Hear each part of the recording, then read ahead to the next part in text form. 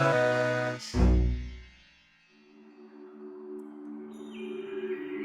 is this Scott Apel, Apel, Apel, or is there, how do you say that? That's correct. You're correct on both counts. Apel, Apel, rhymes with swell or go to hell. Yeah, drop down a well. Hello, hello, hello. Welcome to another episode of the Hilaritas podcast with me, your host, Mike Gathers. Join me here and now as we explore the vast world of iconic writer, psychedelic psychologist, rebel philosopher, and self-proclaimed agnostic mystic, Robert Anton Wilson. Visit us at hilaritaspress.com/podcast for show notes, links, and past episodes. With the recent release of the Hilaritas edition of Chaos and Beyond, it is my great pleasure to share with you right here, right now, my chat with longtime friend of Bob, editor of Bob's newsletter Trajectories and the compendium book Chaos and Beyond, writer and movie lover Scott Apel.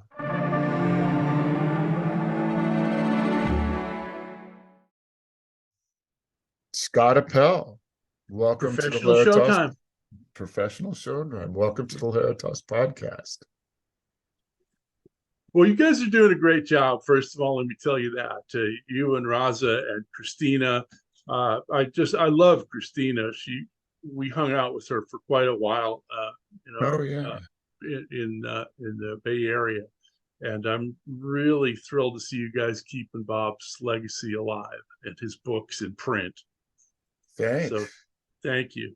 I think as far as the books, I'm going to give all that to Rasa, and Mm-hmm. I do the podcast. I did help or put together the last Lion of Light book with some other guys, and that was a lot of Mm-hmm. fun. We're working on a new one now because there's no shortage of stuff that we can pull out of magazines and put into print. We're looking at a politics book and a magic book, and there's probably a half dozen good ideas of Yeah, and I think what you're aiming at here is something that I discussed with Bob many years ago. It never came to fruition because there was no internet at that time. right. But I went to him one time. I said, "Hey, Bob, I got introduced to your works through some uh, cheap men's magazine like Cheetah or Gent or something like that. And I know you've published hundreds of articles. Why don't we put out a call to material for material and have people search these things out? We'll collect them all and put them together. Or even better, let's just go to your files and get everything that you've ever written and we'll start publishing that." And, I expected him to have a filing cabinet full of copies of his old articles, but he never kept a copy of anything that he wrote. Right. So it's like, oh my God, here we have this beautiful potential, but it's all lost. It's all scattered to the universe. That looks great, sweetheart. Thank you. Thank you very much. My uh, tech support, beautiful wife. Awesome. Well, yeah, you mentioned files, and I was going to ask about that when you brought it up, but he didn't seem to keep much. Did you get a sense of what his thought process was there? Or he just once it's written, he's done with it, or I I think it was probably more practical than that. They right, moved around a lot, and there's just it complicates the process of moving when you've got that much more stuff to move. So right, I don't think he even bothered to keep copies of most of that stuff just because it was going to be in print. Somebody'd have it. He was done with it, and now I don't have to schlep it around to Ireland and to Los Angeles and to Capitola. So that would be my take on it. right. And several of us did start collecting his stuff. I'd say Yeah, 20, that's great. Yeah. yeah, like 20, 25 years ago, just through what was already starting to get posted on the internet and then eBay primarily, but even like you can start searching libraries and microfiche and all that good stuff. And Yeah. now Well, I it's all love the Leary book. that you guys put out, the book about Tim Leary. Uh, that was an undiscovered manuscript that you found and put that out. That was written before I even knew Bob. He never had mentioned it. And Oh, so right. it's like a brand new piece from, brand new work from the man I admired from the time that I met him. So I really enjoyed that. So I'm looking forward to the other things. Haven't read the Crowley book yet, but I'm looking forward to Excellent. reading that. So, Well, tell me, how did you meet Bob? well, we got three levels of story there. The quick one, the medium one, and the novel length. Yeah. The medium length story is that it's 1975. I was living in Virginia to get away from my Bay Area dissolute friends so that I could write my first novel. I worked at a bookstore. I read Illuminatus. I thought this guy's great. I got to meet him. When I moved back to California through a series of synchronicities, I got a hold of his phone number, called him up, said, "Hey, my friend Kevin Briggs and I, who was my writing partner at that time, so we'd like to come up and discuss some of these ideas with you." And he said, "Well, I have this salon every Monday night, so you're welcome to come up to that." And of course, we did. And looking back on it, it may have actually been on his birthday, the first night that we met. Wow. I'm not exactly sure about the date, but it was very, very close. He had this little salon going every Monday night. Intellectuals from Berkeley, people from UC Berkeley. Saul Paul Sirag was a regular there. Fred Wolf, I think, was a regular. People like that, really interesting people who've gone on to Yeah. have very interesting careers.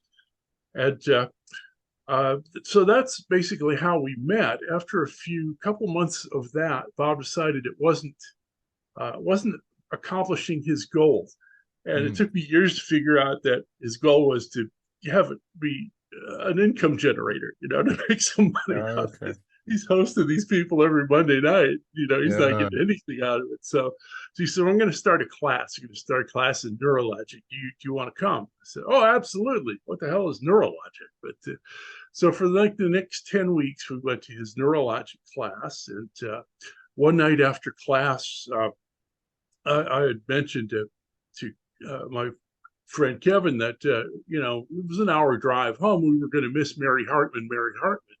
And Arlen said, "Oh, you watch Mary Hartman, Mary Hartman?" I said, "Oh yeah, I love it." She said, "Well, just stay here. We watch it every night. Stay here, watch it with us." So that became a kind of a regular thing. And after the class was over, Kevin and I just started showing up on their doorstep every Monday night for years. And they never objected. They always seemed happy to see us. We always brought something like a bucket of KFC or, whatever. And then we started going out to movies and to dinners and things like that. So, that was pretty much the way that things got started. I sought him out and was able uh, to sit him down and discuss some things with him. I actually had him read uh, uh, the manuscript of my first novel, which has never been published and probably shouldn't be. It wasn't until years later that I realized it was a subject he had absolutely no interest in it, and like total disdain for. I thought, well, this guy really went out of his way to be helpful to me, read the book and critique it. And he'd done that several times during my life. Mm. Very, very pleased with the way that he treated me as a mentor in that sense. Very generous then. Yeah, oh yeah, always generous. And Arlen too. I mean, she was always so good and free with her time. And uh, what a great sense of humor that woman had. Just sharp, lacerating tongue. She would say things. We talk about somebody that none of us liked, and she'd say, "Yes, we'd make him a saint if he just died." That's pretty funny. She, when she needed a cane to walk with, she named it Citizen. It makes perfect sense. What else? I took her grocery shopping a few times, and which was always a trip because she'd talk about her past and her radio days and, working with Orson Welles as we're walking up and down the grocery store aisles. And then she'd stop and pick up a can of beans or something. $2. That's just usurious. And then put it back. Interesting. So one Oh, of the ideas we had was to put together a book of Arlen's poetry. absolutely, Yeah, absolutely. shoot. We put several. An issue of Trajectories was never complete without a poem by Arlen, and I republished several of them in Beyond Chaos and Beyond, the sequel to Right. and Beyond. But that stuff all belongs to you. I've told Christina several times that I will sign anything that assigns you guys the copyrights to all this stuff just to make it legal. But it's all yours, and you're welcome to it and keep it alive. I never really understood modern poetry until I read Arlen's stuff and Mm. my wife's poetry. Between the two of them, I thought, oh, I think I get this now. So they're both very key factors in What my was it? understanding. That's fascinating. What was it that you? What was it that about those two poets, your wife and Bob's wife, or the poetry, I guess? You It's just hard to say. What is it about any poet? They resonate with you or they don't. right.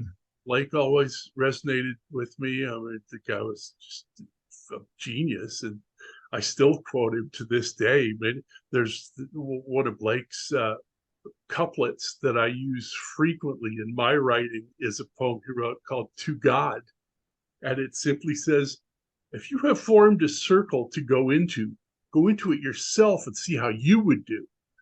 Okay. so, so we get these people that Yeah. resonate, and you go, Yeah. "Oh, I feel that," and it's truth, and it resonates with me. Gotcha.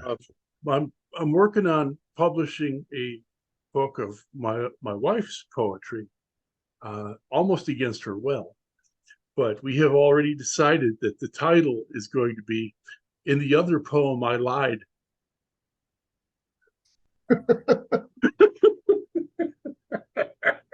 That could go so many different directions. Yeah, yeah, yeah. I Well, guess that's she the beauty wants of to it. modify it. She says, what should be in the other poem? I lied. The one with words. No, no, no. Just cut it down to Yeah. the essentials. Poetry is about truth, and you're telling her in the other poem I lied. So, very, very funny stuff. The So, book of okay, you probably want to talk about trajectories, right?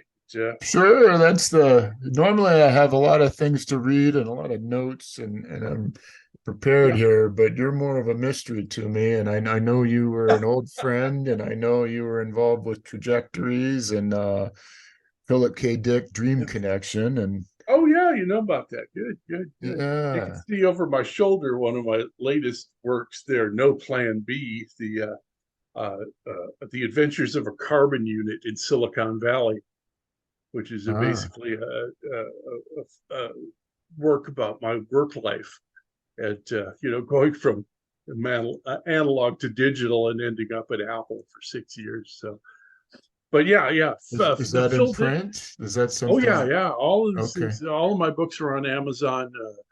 They're available as ebooks everywhere, and they're uh, Amazon prints, paperbacks, hard Okay. copies. And I've got hard copies of everything I ever put in print. And the sad thing is, it only amounts to about half a shelf of material. Look at this. I go, oh, I did. That's That's my wife right half a shelf more than most folks. there. But So, yeah, go yeah, ahead. Were you about to get into Trajectories there, I think? yeah. I'm a mystery to you and to myself. So, I we'll understand. get from one of my favorite quotes is from L. Ron Hubbard, who in his dictionary of terms said that mystery is the level of always believing there's something below the mystery. Hmm. Right? Right. I like that. It's like the conspiracy theorist who dies and finds himself at the pearly gates, and St. Peter says to him, you now that you're newly arrived here, you can ask God one question and he will tell you the absolute honest truth. The guy gets his audience with God. He says, God, who really killed John Kennedy? And God says, it's Lee Harvey Oswald, acted alone, fired 3 shots. Third one killed the President Kennedy. Thank you, goodbye. Conspiracy theorist walks out. He thinks to himself, my God, this goes all the way to the top.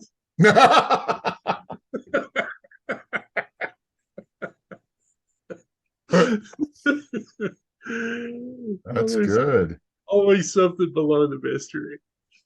Yeah, all right. So for trajectories, well, anybody who is a writer or knows a writer knows that they do not make much money. You can't make a living off of. There's only like 100 people in the United States who make a living off of writing fiction, that kind of thing. Very few Stephen Kings, very few Tom Clancy's.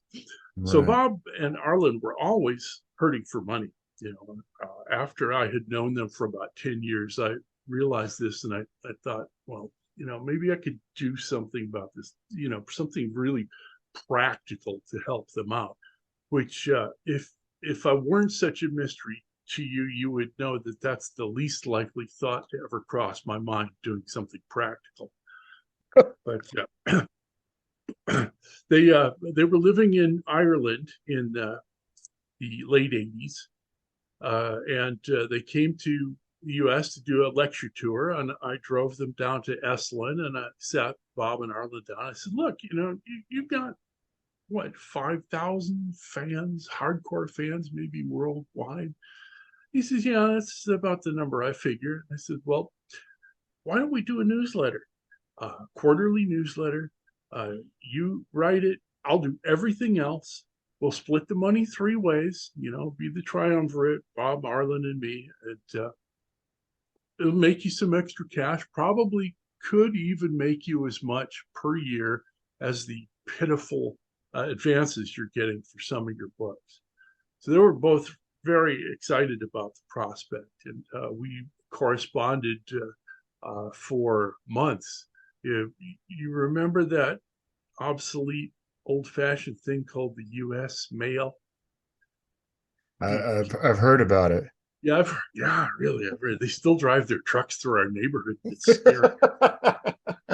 But of course, where I live, 99% of the time, what they're delivering is packages from Amazon. So Right, right. anyway, we mailed back and forth about what we should put in this newsletter, et cetera, et cetera. And I used it as an excuse to buy my first Macintosh computer, so that desktop publishing was becoming all the rage in the late 80s. So, I got that all put together, and we released the first issue of Trajectories, I think in the summer of 1988. It was maybe 12 pages, and had an interview with Linus Pauling, which is, a pretty good place to start. One of Oh, only 2 people who's ever won 2 Nobel Prizes in 2 different areas, him and Marie Curie. So that you was pretty good company. pretty good company. Just as a side story, Bob was in Ireland, so he couldn't interview uh, Pauling in person, but Pauling at that point was living, had a little institute in Palo Alto, and we Mm. arranged an interview. I went up and talked to him for about an hour, and then I asked him if he would autograph a bottle of vitamin C for him, because he was the vitamin He was C. the vitamin C guy. Yeah. Right, right. And he did. He looked at me and he says, I'm 82 years old and no one's ever asked me to autograph a bottle of vitamin Nice. C before. So, That's so yeah, I have this unique treasure here. And day after I die, it'll probably go on eBay. But, that's pretty cool though. yeah. Well, thank you, sweetheart. I got tea. Yeah. I got my Ah, do or die tea. do or die coffee. Yeah. So we Bob's role in Trajectories was basically as an evangelist. You know, he would take flyers to all of his lectures and seminars and things, and drum up subscribers. And we eventually built the subscriber base up, and we published quarterly for a few years. And then things got a little crazy, and so did Trajectories. But I had always figured when we reached 1,000 subscribers, I would turn it over to some service that did everything like the mailing and the packaging. We Right. never quite got it. We get to 999 subscribers. I almost signed up Almost. myself. And was there without I mean, what am I trying to say? Is there a certain theme that he would focus on from issue to Well, issue, or for the magazine versus other projects, or yeah, overall, Bob decided after the 2 or 3 issues to subtitle Trajectories, the Journal of Futurism and Heresy, which I think is perfect? pretty damn funny. Good And in combo. the opening editorial, I wrote that we wanted Trajectories to be a forum for people who were more interested in creating the future than in worrying about it. So I think it pretty well stands. But it was really an eclectic bunch of stuff. I mean, you know, when you talk about Robert Anton Wilson, you can't Mm. mention his name without using the word eclectic. Ah, Uh, so perfect. so Yeah. we had and he would occasionally contact his friends and get us material. We had a couple pieces by original pieces by Tim Leary, for instance. And you know, it's one of the high points of my life is that I was able to publish some original work by Timothy Leary. You know, this is great. Uh, uh, what did I say? Linus Pauling, Beryl and Ferguson. Um, I interviewed Norman Spinrad, science fiction writer, who, who one of the great science fiction writers of all time, who was completely underestimated and completely overlooked. I mean, I've been a huge proponent of that guy's career forever, Mm. and he's still alive. He lives in Paris, and he's, you know, maybe 80 something. But you know, there's things like that, a little bit of eclectic, this and that. Each issue might have kind of a general theme, but it was usually just dependent on what Bob wanted to write and what he was interested in at the time. He did a major article about Silence of the Lambs, for instance. He thought that was the greatest movie that had been produced since Orson Welles died. You know, he did book reviews. He would pick out little news clips that intrigued him or interested him, and we'd like reprint the clip and then his commentary on it. So Mm. Oh, that's cool. yeah, so you know, a lot of stuff. You know, right from the beginning. Well, no, I think I'm getting ahead of myself, uh, which is odd for me. I'm usually behind myself laughing, but after we had published about 10 issues, I said, "Hey, you know, I heard this concept called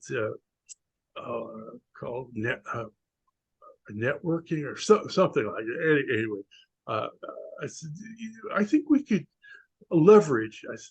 I think we can leverage stuff that you've published in Trajectories into a book." Okay. So we took the first 10 issues and Bob went through them all and picked out his favorite stuff. And we put them into a book called Chaos and Beyond, because chaos was a hot topic at that time. Bob was always, you know, on the edge of forefront of cutting edge science and always interested in popularizing great new scientific ideas. And he thought chaos was, you know, the hot topic of the time. And you know, it's really, it kind of fits him too. Yeah, it works. It You works know, hail well. Hail Eris, all hail Discordia. So he also, now it would have been enough for me just to collect the stuff, put it in a book, but he insisted on writing updates to most of this material too. So there's a lot of stuff in the Chaos and Beyond that was never in the newsletter. Okay. Yeah, which is nice. I mean, that's just shows how willing he was to go the extra mile for his fans. Neither one of us, right from the start, ever considered that book to be a major work by Bob Wilson.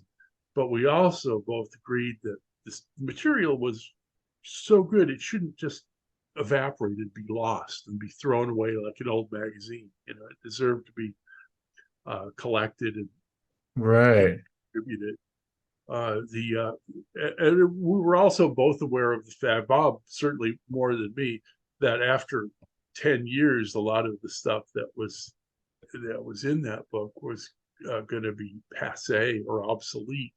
And he even wrote so about how, 10 years from now, you read this book, it's going to seem like a quaint relic from the past. It's just a lot of obsolete, material and references. But so, he was very aware of that.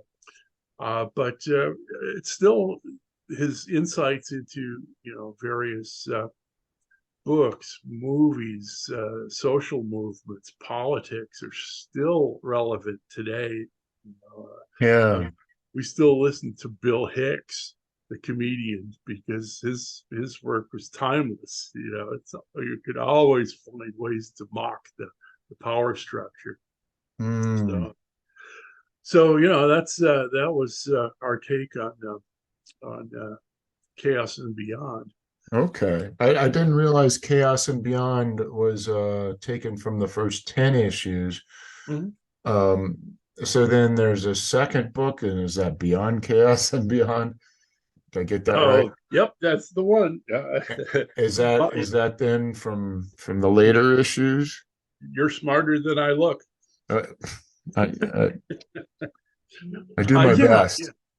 yeah, and I'm hoping that like I said before, I'm offered this material all to Christina before for the trust to republish or burn or whatever they see fit.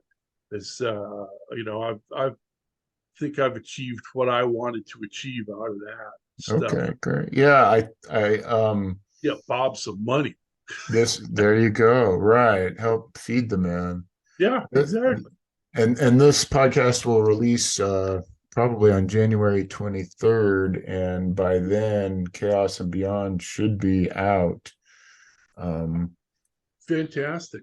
it was Yeah. Ross had told me it would be out on the 23rd of November, but it doesn't always go to schedule, and I haven't talked to you him wanted since to then. do you wanted to do a John Kennedy tribute, I suppose, November 23. Right, Bullets in the head. right. Just to be just to stay on top of that stuff. Uh so were there other projects you worked on with Bob? um, pardon me. Yeah, yeah. Over the years, and we're talking about a time period of like 30 years here from the time I Yeah. met him until the time he passed. Uh, there were long periods of time. I mean, 5-year periods of time where we would get together once a week, just mostly socially, but occasionally to discuss the business details of trajectories or whatever else we were working on. And always to go to dinner because Bob loved restaurants, he loved food. Uh, but yeah, there were a number of things we did that were kind of peripheral to trajectories. And again, the main purpose was well, twofold: to get his word out there and to generate some income for him. Yeah. Uh, uh, uh, the projects that we completed include several videotapes. One of him is just sitting in his chair in Capitola, giving a lecture and talking to people. And another Okay. one was a lecture that he gave in San Jose, and a You must couple have of, interviewed him around the time of Everything is Under Control, if I remember oh right. yeah, yeah, that's right. Was we did that on TV actually? Okay. Pardon me, and released it as a double issue of Trajectories as a video cassette. Okay. That's So well, once we got through issue number 10 or 11, no, once we got through issue number 10, uh, things started to get a little chaotic in Bob's life and in my life, and this and that, and the other thing. We were having trouble putting together a print issue. And I did a little research and I went to him and said, hey, Bob, I've done my due diligence and I think maybe we could streamline things by just doing an audio tape. It's back in 1988. The Walkman was king. oh. So, and it didn't cost any more to produce and duplicate an audio cassette than it did to print and publish a print issue of the magazine. Huh. Yeah, well, this will cut down your time significantly too, because we can just sit for an hour and you do your thing, and then we'll send that out. So after that, like every other issue of Trajectories became an audio issue, and he had a lot of fun with that too. I mean, when we were preparing for one of them, I brought him a couple of CDs of sound effects. Just I thought he's going to go nuts with this, and he did. One of the issues of Trajectories, one of the audio issues, starts off with nothing more than like 5 minutes of people laughing.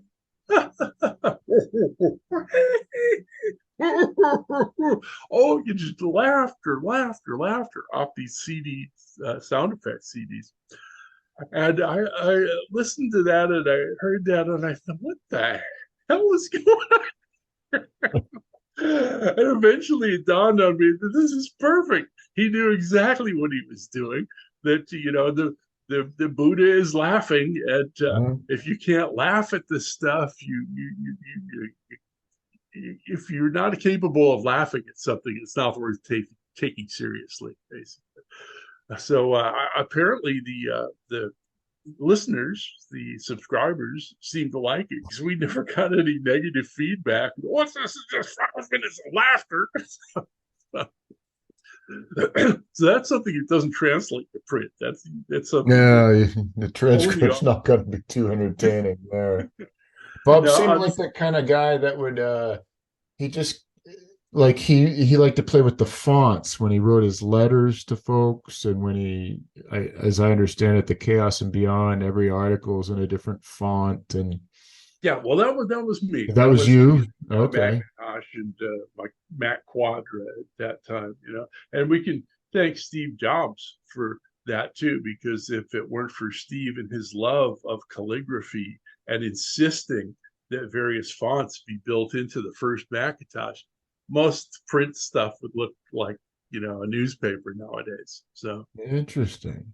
yeah, I worked for Steve for 6 years, and it's only because of Mr. Jobs that I have this beautiful house in Hawaii and I have a retirement at all. And it's like I literally thank Steve every day because Steve Jobs has done more for me than God ever did.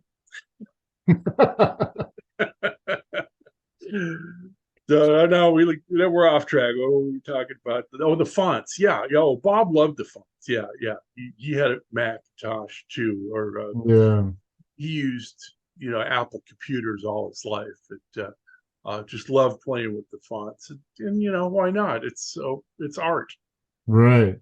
And So so when you hand him a CD full of audio, I just immediately thought, oh, he's going to have a ball with that. and he did.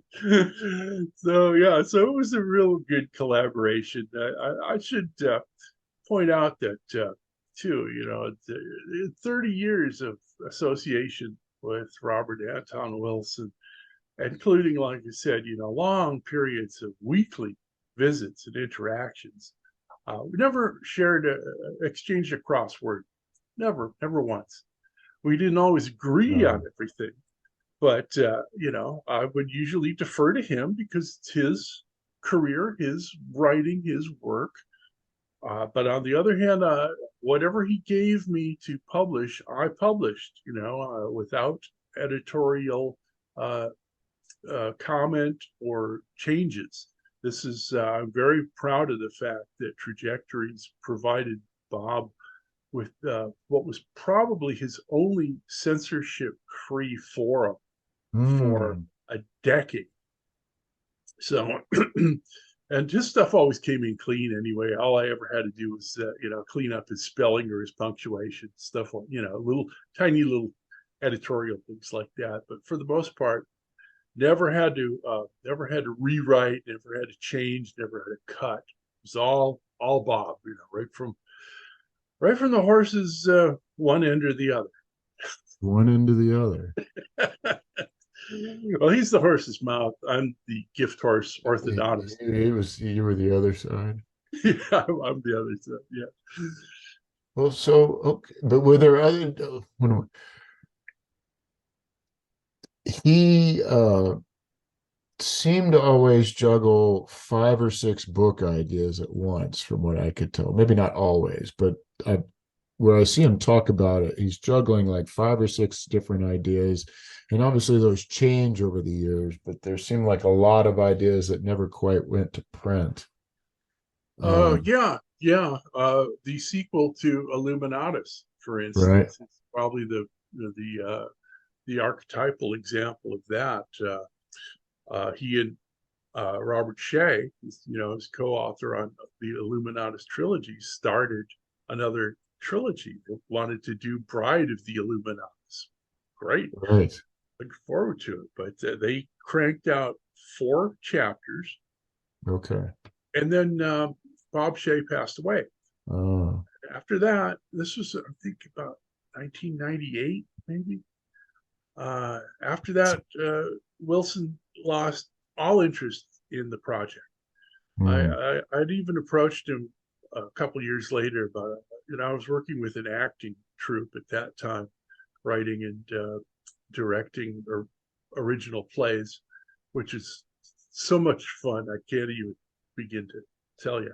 But I said, "Hey, Bob, let me gather some of my actor friends together, and we'll do a radio play of these four chapters of Bride of the Illuminatus.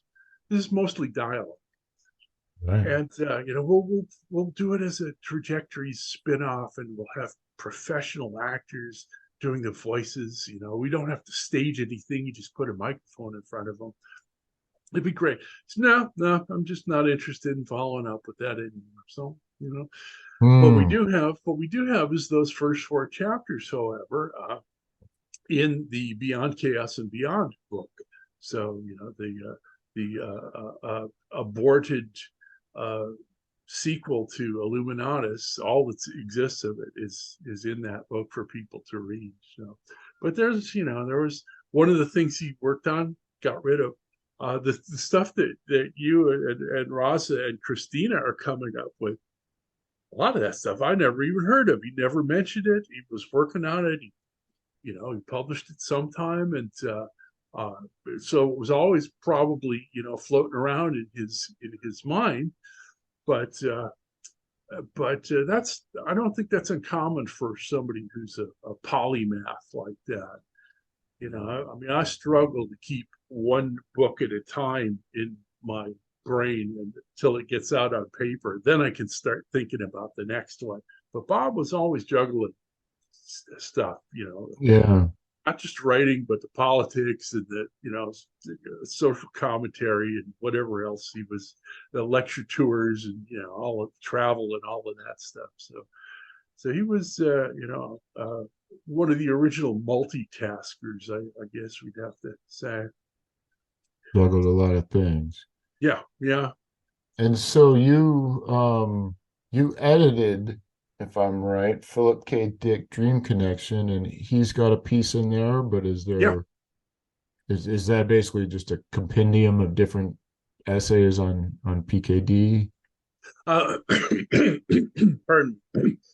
Yeah, I interviewed Philip K. Dick in 1977, the summer of 1977, when he was in a kind of in a slump. He was long overdue on his next book to the publisher, which was eventually turned out to be Valis.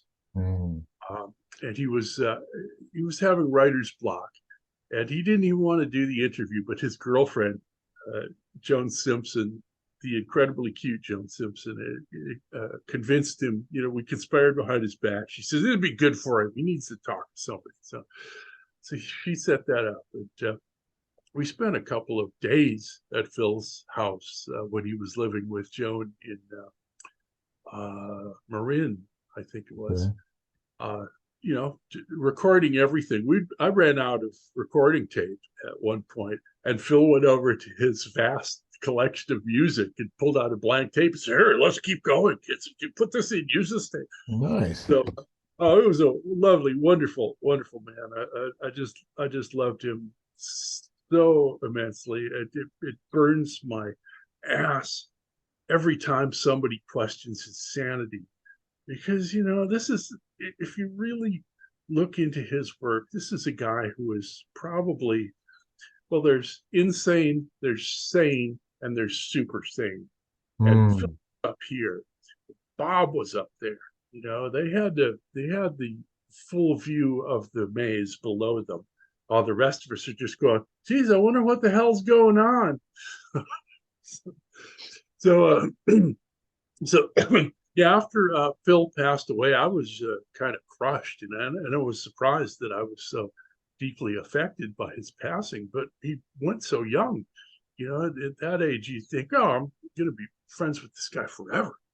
But then he passes away, and I find myself thinking things like, oh, I really should recommend this movie to Phil. Oh, no, Phil. So I started to put together that tribute volume, Philip K. Dick, The Dream Connection, and I tapped a bunch of his friends to give me little essays for it. And I wrote my own essay, which is way beyond the focus and scope of this podcast. But I asked Bob to give me an essay too, and he did. Even that is also reprinted in Beyond Chaos and Beyond. Okay, great. It's like everything that I had in my files in my possession that was a work of Robert Anton Wilson, I put into that book. Just to lighten the subject up a little, we at one point were exchanging something that we thought up called Hannibalisms. So I'll try to think of. Bob says, I ate a quantum physicist once, tasted stringy. Or I'd say, Hannibal is like after Hannibal Lecter. Right. I ate a clown once, tasted funny. And we had probably 24 of those things that we would exchange back and forth. And I put those in the book just because it's a prime example of Bob's wacky sense of humor. And so what I'm hearing though that I didn't realize is that Beyond Chaos and Beyond has a lot of material that was unpublished, that not just material extracted from old issues of Trajectories, but because I know Bride of Illuminatus made it into Trajectories, but I don't know if all 4 chapters did. And well, every word I had of it went in there. I may be, my memory may be faulty with 4 chapters, but that's whatever is there. That's all there is. Gotcha. Plus, it's kind of a cross between agreeing with you and trying to enhance what you're saying. But the Beyond Chaos and Beyond, I did transcripts of all the audio interviews and transcripts of all the videos. So you may not get the full experience, but at least you're getting Wilson's words. Right. So yeah, it was it's essentially everything that was in the later issues of Trajectories, plus some of the side projects like the videos that we had done together. So and as I say, Christina's going to have that book and all that material in her hands. I don't know if she's going to reprint it or not, but I I would say that if she's willing to reprint Chaos and Beyond, that Beyond Chaos and Beyond is such a much better book with so Okay. much more material that she'd be missing a bet if they don't publish it for the trust. And I'm, like I said, I'm transferring all copyrights over to her. So Yeah. I it's a haven't heard gift. Ross talk about it, but he's run out of things to do at this point. There's not many. Man, it Uh, doesn't sound like it. They keep finding new stuff. I yeah, just there'll be new. No, we have reality is what you can get away with is like the last book because all those photos are copyrighted now, and oh so yeah. that one is really just hung up. I don't know where that's going to go. Uh, I'll tell you the origin of that book. Okay. I will take credit for this. I I've worked in media most of my digital career has been in media, different media companies, including, like I said, the last 6 years of my career, I was the movie guru for iTunes at Apple. Hmm. But I worked at several media companies before that. So I was always keeping an eye out for, unusual things just to see what I could do with them.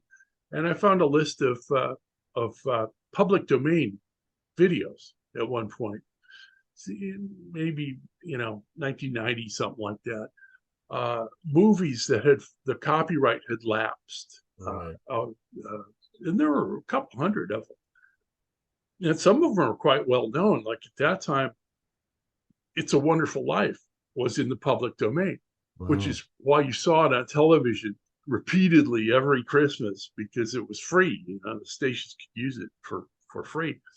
There were a couple of Mickey Mouse cartoons that they had let the copyright lapse. Yeah, hard to believe, Yeah. but they're from the 30s, so somebody just overlooked it. A lot of stuff like that, Beverly Hillbillies episodes, and Ooh. just a lot of crap, of course, but a lot of really interesting stuff. And I took this to Bob and I said, "Hey, Bob, why don't we do this? You write a script about, whatever you want to say, illustrate, and I'll edit these famous clips to illustrate what you're saying. And we can do a movie that way. You narrate it, you write the script, you narrate it. I'll do all the editing. We can look for the clips together. If you want to talk about the cosmic schmuck principle, we could show a clip of Mickey Mouse falling on his ass, stuff like that." And he thought that was a pretty good idea, but for some reason that I just don't recall, we never quite got around to it. But then a couple of years later, he did "Reality is What You Can Get Away With," and I thought, that son of a bitch. Stole your idea. He took that idea and he ran with it. Yeah. So but he broke the code. I mean, we didn't need to use public domain clips. He just used still photos. Now it's coming back to bite you on the ass if those still photos are copyrighted. But at Right. that time, it was like, what a brilliant solution. You can put the Maltese Falcon in there and mention it, talk about it, and then not have to pay for a clip. So And subject of movies has come up a couple times here. Bob and yourself are a bit of a movie buff, right? You have a book on the killer bees, I believe. oh my God, you did do some research, didn't you? I'm not quite the mystery you made me out to be. Yeah, my first published book was Philip K. Dick, The Dream Connection. That Hmm. was in 1980 something, 88, something like that. But my next book, 10 years later, was a guide, a movie guide. I had been the video columnist for the San Jose Mercury News for over a decade, weekly column, monthly feature articles, that kind of. I Wow. think in the long run, I probably published as many articles in my lifetime as Bob did, or over 200. That then I lost count. Uh, but unlike Bob, I kept all my stuff. I've got files for You've, it. you've got the Came receipts. in but yeah, there was one year, and I emphasize that word, a year, when I was out of work, and I, rather than kill myself, I thought I would try to do something creative. So I wrote this video guide called Killer Bees, the 237 best movies on video you've probably never seen. My favorite column in the Mercury News was once a year when no new videos were coming out and I didn't really have anything to write about. I would do a roundup of like the top 5 or 10 buried treasures that I'd found that year, try to recommend them to people. And after 10 years, I had 100 titles. And man, I could do a book of these. So that's basically what that was. Underappreciated, unknown little films that were great in some way or in all ways. So I published that. It's been a regular seller on Amazon since then.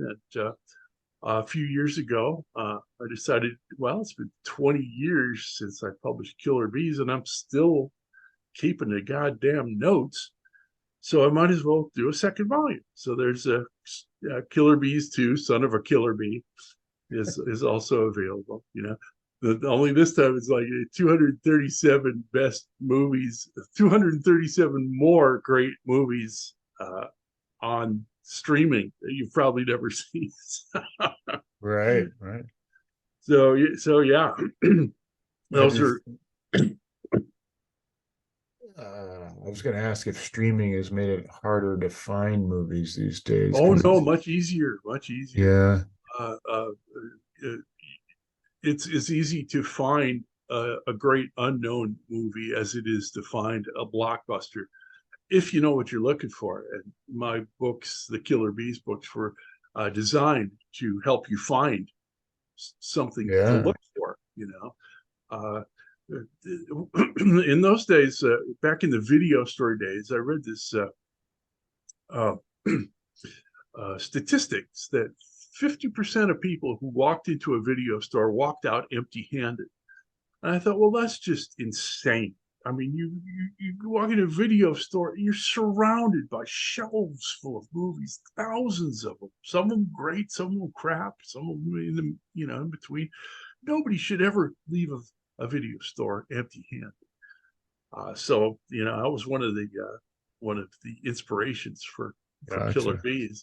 Here is a great selection of great movies that, if you read about this and you think you're going to like this, you probably will. You should go looking for it, not just go for the latest blockbusters.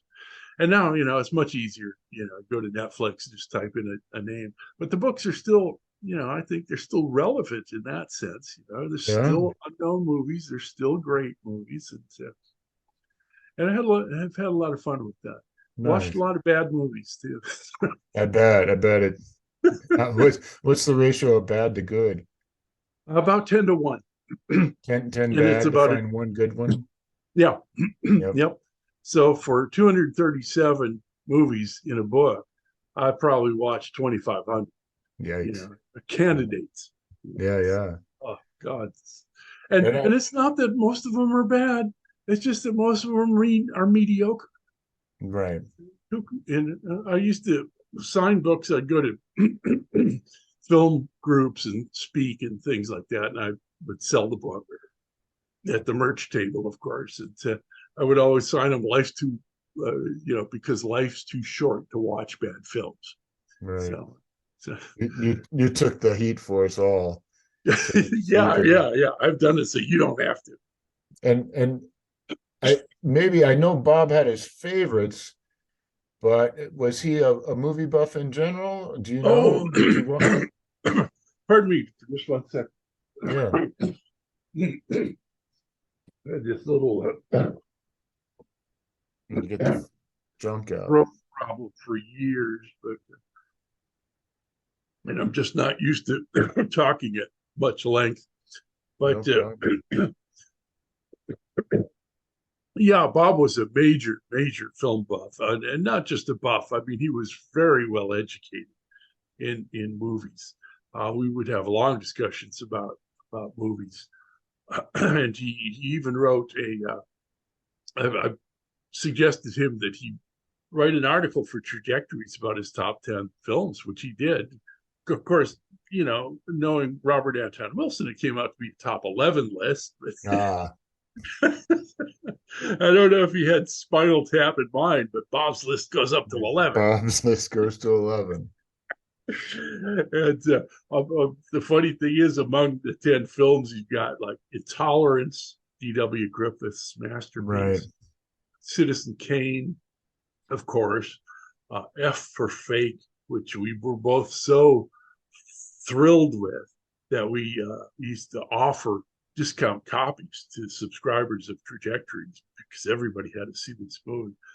But then number 11 on his list was Behind the Green Door with Marilyn Chambers. So thus Groundbreaking. once again establishing that he was trying to erase that line between high art and low art. So, All is welcome. just loved it. Just loved it. Yeah. Well, So go ahead. he was a huge Wells fan, and during the last few years of his life, uh, people publishing books about Wells became kind of a cottage industry. At least once a year, some new book about Orson Welles came out, or some new documentary about it came out, and I would always make sure I got those and gifted him copies of those things. He was such a huge Wells fan. But of course, anybody who knows movies, who isn't, who wouldn't be? So, but we watched a lot of movies together. He introduced me to several movies that I probably would have never otherwise watched, and I tried to introduce him to some of my favorites, and it wasn't always successful. I took him, Kathy and I brought him a copy of the first Austin Powers movie, for instance, which I think is hilarious. And we put it on, ran it. And Bob's only comment was, "Wow, there's 2 hours of my life I'll never get back." Ah!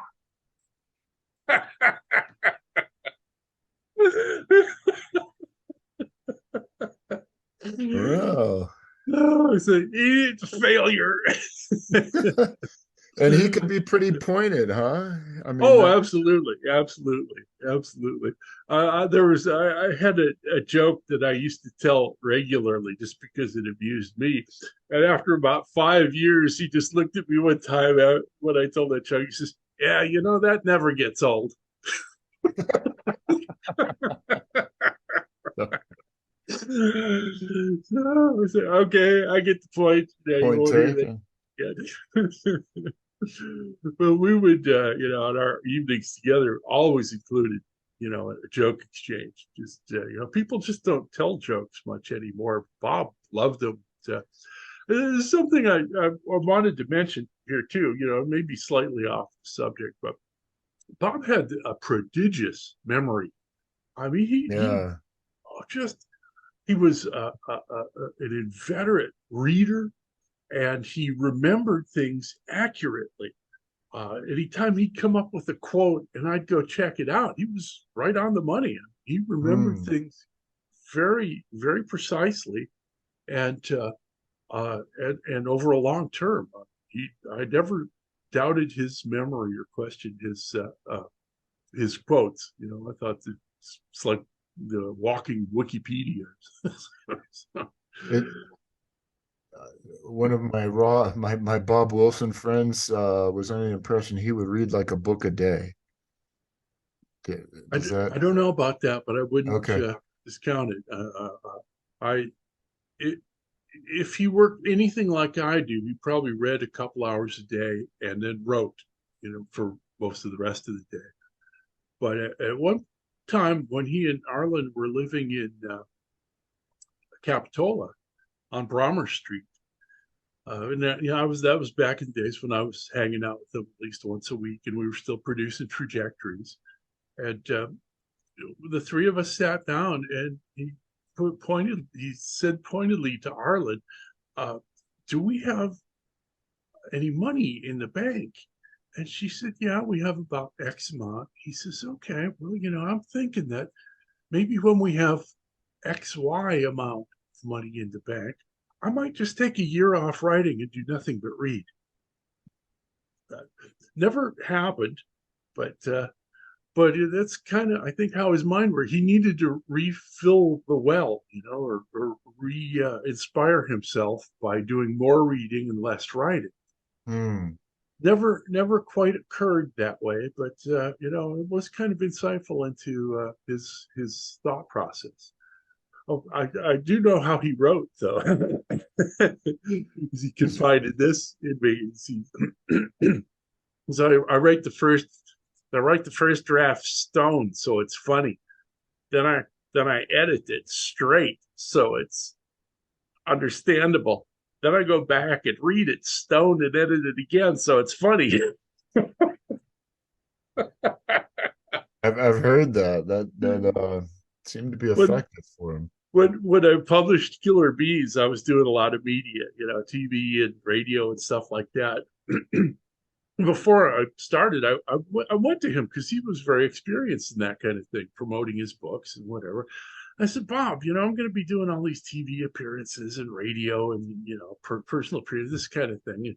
And I know one of the questions that they're going to ask me is, why is your film guide different than everybody else's film guide? What do I say to that?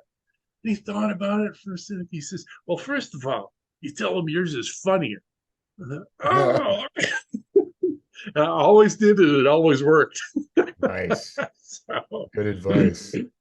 yeah. A lot of practical knowledge from Mr. Wilson. So, And you said at the beginning of our conversation that you took a neurologic class. Was that like a proto Eighth Circuit type thing that he well, had going that on? was the first version of the Eighth Circuit. Yeah, he and Leary had worked that out uh, sometime previously prior to that, and they had it all worked out. I mean, they had a big chart with tarot cards and I Ching Whole thing. castings and everything. Bob used that as his guide. And what was really funny about that, and I've noticed over the years, the same thing holds true, is that this class started out with maybe 12 people. After the first week, one dropped out. After the second week, two dropped out. After the third week, three dropped out. And I realized, oh man, these guys are giving up when they get to a level they don't understand. Hmm. So anytime I've tried to explain neurologic to somebody after that, I could always tell what level they were on by when they started asking questions. Because up until that level, they got it. And then they go, hey, wait a minute, what about this? What about this? And that's the level that they Interesting. were on. That's the level they were interested in. So you could, kind of forget anything above that. Right, right. Let's try to tell, get off that level. So very, do you have, very fun stuff. Very fun stuff. yeah, that would have been neat to take well, I guess I did take a class later on at the Maybe Logic Academy, and they were, of course, setting up a thing similar to what you did with Trajectories in order to help the man get paid without, Absolutely, Lance yeah. Bauscher. Yeah. Oh, just he's one of Bob's heroes. Basically, because he did that documentary, the great documentary, and he did everything he could to assist Bob in his career as well. And so we have that in common. I like Lance a lot.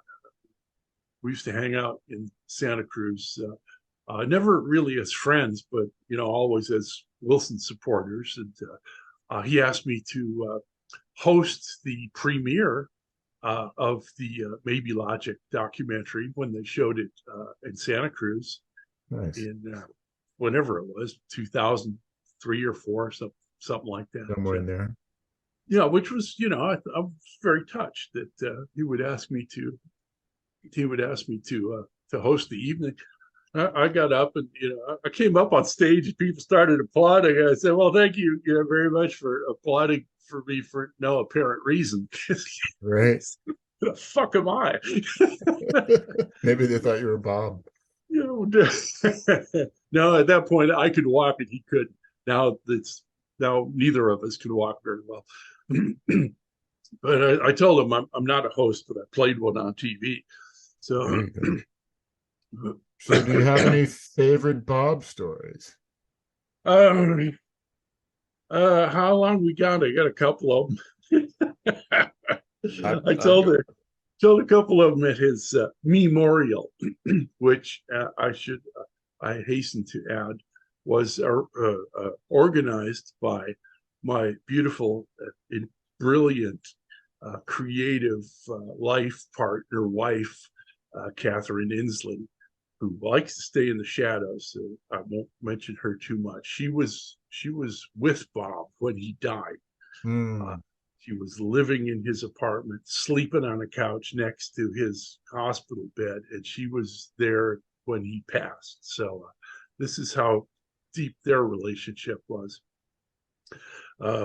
Actually, we'd go long before that. We'd go up and bring him food every Saturday night, spend the evening, you know, yeah. uh, socializing. And we usually brought him Red Lobster, and I would go out to Capitola and get stuff from El Toro Bravo, my second favorite Mexican restaurant. And one night I came back with my food, and they had a locked door where you press a buzzer and you say, let me into the compound. And I press the buzzer, and Bob answers and he says, "Go away, I'm fucking your girlfriend." I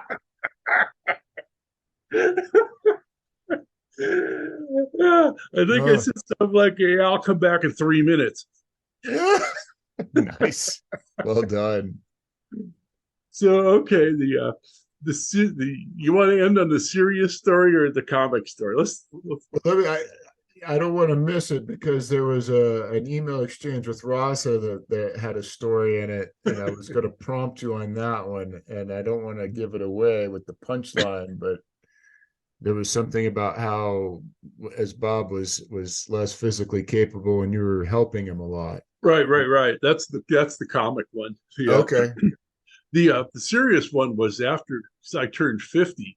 I went to him and we were sitting on his balcony on Balboa Street. And I said, "Bob, I have a serious question I'd like to ask you." And I think his response was something like, "You?" So I said, yeah. I said, "Look, I just turned 50. And like every zero birthday, I'm looking back and seeing all the things I fucked up in the last decade. And you've got 20 years on me, man. You have 20 years more experience than me. I'm finally old enough to want to listen to my elders and take their wisdom. What can I do in the next decade to reduce the number of incidences of being a cosmic schmuck? What can I do to make my life easier and the lives of those around me easier?" And he gave this some deep thought. He like smoked almost an entire cigarette, I think, while he was thinking about this, looking off at the beautiful blue Pacific Ocean. And he finally said, "Well, three things." He says, "One is use the word I less." Okay. Number two, use the word is less. Okay, great. That's the E prime type of language. Instead of equating things, you say seems rather than is. And so that stuck. And his third piece of advice was love more. Hmm. I told him that one was easy because I could hardly love less. So I'm the only Buddhist you'll ever meet who hates fucking people. The only reason I want to see everybody become enlightened is because when they're not enlightened, they piss me off. so, so, all right, the comic story. Uh, Bob was still a little mobile in this time. Maybe it was 2005, maybe. Uh, and for some reason, I think Kathy was ill that night, and I went down to visit him alone. Bring him food and socialize. And at one point, we're talking, and telling jokes and doing limericks and whatever. At one point, he says, "Could you get me a cup of coffee from the kitchen?" And he loved his coffee. Always huge tins of Trader Joe's French roast in his kitchen. So I said, "Sure, Bob." Well, went in, poured him a cup of coffee, put it on his tray in front of him, and he did his typical thank you mantra, which, "Oh, thank you, thank you, thank you, thank you, thank you, thank you so very much, so very, thank you very much." And Hmm. I'd seen him do this before with people, and I looked at him and I said, "Bob, come on, man. It's just us here. You and me. How long have we known each other? 30 years, something. You don't have to be so effusively grateful about a little favor like that. I do it because I want to. I do it because it makes life easier for you. That's not a problem. So, you don't have to do that. Thank you, thank you." And he kind of looked at me like, askance is the word I would use. I thought, geez, I hope I haven't pissed him off. So we chat. About a half hour later, he said, "Could you get me a glass of water?" I said, "Sure." Jump up, get him a glass of water, put it back down in his tray. He looks me in the eye and he says, "Fuck you."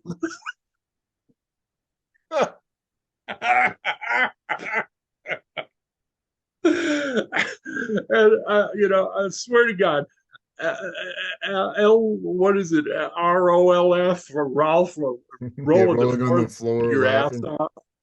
It's just a phrase until you've experienced it. I literally fell into my chair, laughed my ass off. Nice. This guy is really really good. He caught on quick and sharp.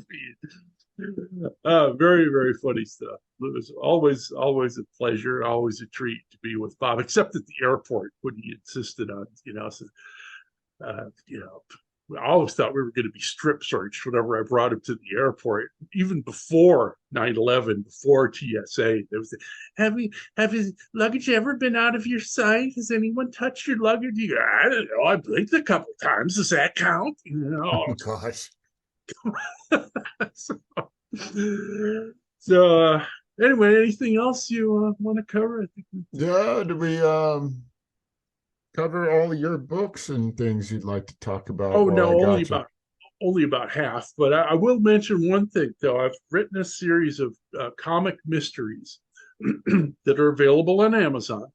The first one is called The Uncertainty Principle with a question mark because, it's the uncertainty principle. And Bob and Arlen are characters in it. So Bob Oh, just wow. loved that. And I renamed them Thomas Alistair Finnegan. And I said, "Bob, I want to call you Thomas Alistair Finnegan in my book." He said, "Oh, that's a great name. Yeah, I love it." So, if you want to see the fictional adventures of Robert Anton Wilson, read The Uncertainty Principle. He helps the detective try to crack this case of an old science fiction writer who hires a young detective to find why everything he writes comes true. Ooh. Well, that's fantastic. I had no idea that was out there. We'll link all that in at the show notes. Well, send me your email. You have a Kindle, right, or something? Or, Yeah. Kindle app or on an iPad or whatever. Send me your email and I'll gift you a copy. No, So thank you. I sell all my books for 99 cents because I ain't gonna get rich off of it. So, It's the only a good thing about this, I can give them away when I feel like. So, oh, right on. all Well, right. Well, it's been a pleasure, Scott. Is there anything else you'd like to say while I got you here? uh, well, thank you. I guess it's probably Yeah. in order. I would encourage people to continue to explore and read Robert Anton Wilson. The man was a genius, and like I said, 30 years of near constant contact. We never exchanged a cross word. This was a man who not only lived up to his ideals, but lived his ideals. Hmm. And that is very rare in today's world. So that's it. And thank you again. So for the time and for letting me plug my own work. No problem. I Thank learned that you. from Bob too. Yeah. Hey. I appreciate that. We'll get the word out. So thank Okay. you. It was a pleasure chatting. Yeah, you too, Mike. Keep up the good work, man. Thank you. Doing the All best I right. can.